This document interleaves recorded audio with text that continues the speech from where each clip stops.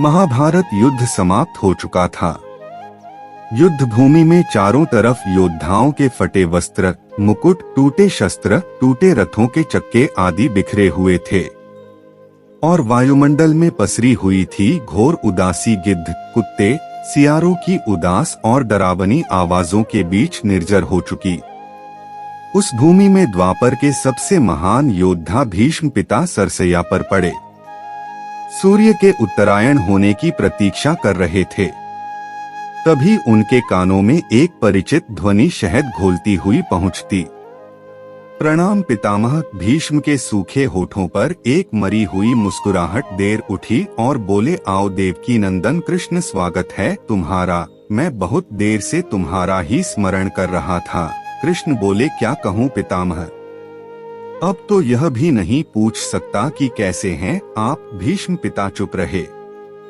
कुछ क्षण बाद बोले, कुछ पूछो केशव, बड़े अच्छे समय से आए हो। संभवत शरीर छोड़ने के पूर्व मेरे अनेक भ्रम समाप्त हो जाएंगे। कृष्ण बोले, कहिए ना पितामह। भीष्म पिता ने कहा, एक बात बताओ कृष्ण, तुम तो ईश्वर हो ना।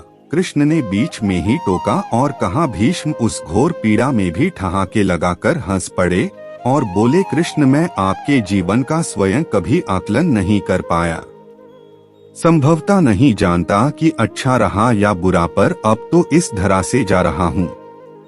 कन्हैया अब तो ठगना छोड़ दो। कृष्ण भीष्म पिता के थोड़ा करीब आए और उनका हाथ पकड़कर बोले, कहिए पितामह, क्या पूछना चाहते हैं आप। भीष्म पिता बोले, एक बात बताओ कन्हैया, इस युद्ध में जो हुआ वह ठीक था क्या। कृष्ण ने कहा, किसकी ओर से पितामह, पांडवों की ओर से या कौरवों की ओर से। भीष्म पिता ने कहा, पर क्या पांडवों की ओर से जो हुआ वह सही था। आचार्य द्रोण का वध, दुर्योधन की जंघा के नीचे प्रहार, दुशासन की छाती का चीरा आना, जयद्रथ के साथ हुआ छल, निहत्थे कर्ण का वध, सब ठीक ठाक है।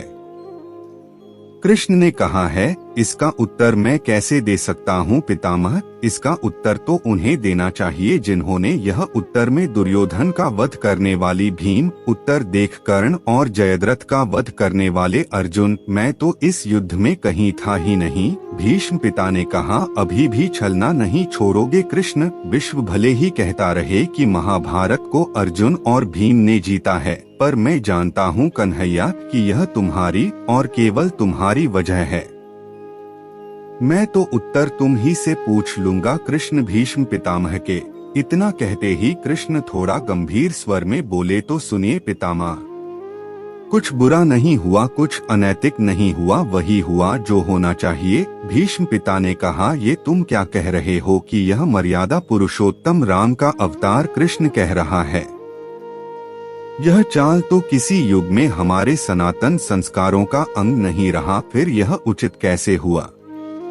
कृष्ण ने कहा, इतिहास से शिक्षा ली जाती है पितामह, पर निर्णय वर्तमान की परिस्थितियों के आधार पर लेना पड़ता है।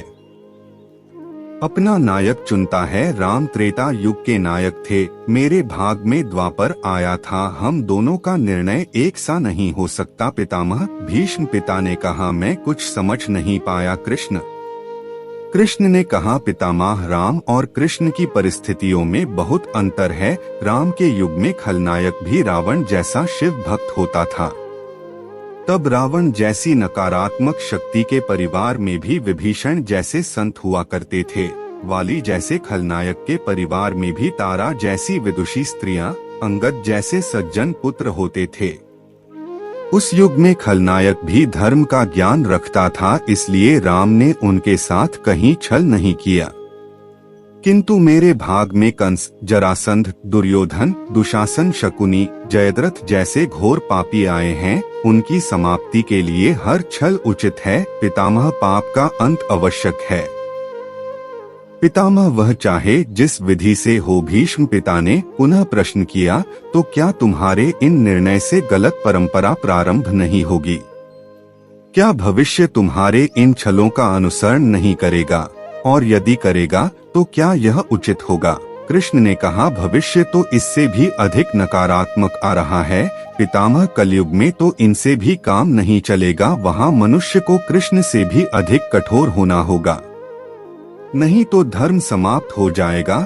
जब क्रूर और अनैतिक शक्तियां सत्य एवं धर्म का समूल नाश करने के लिए आक्रमण कर रही हो तो नैतिकता अर्थहीन हो जाती है पितामह। तब महत्वपूर्ण होती है विजय, केवल विजय। भविष्य को ऐसा सीखना ही होगा पितामह। भीष्म पितामह ने पूछा, क्या धर्म का नाश हो सकता है केशव? और यदि धर्म का नाश होना ही है तो क्या मनुष्य उसे रोक सकता है? कृष्ण ने कहा, सब कुछ ईश्वर के भरोसे छोड़कर बैठना मूर्खता होती है पितामह। ईश्वर स्वयं कुछ नहीं करता, केवल मार्गदर्शन करता है।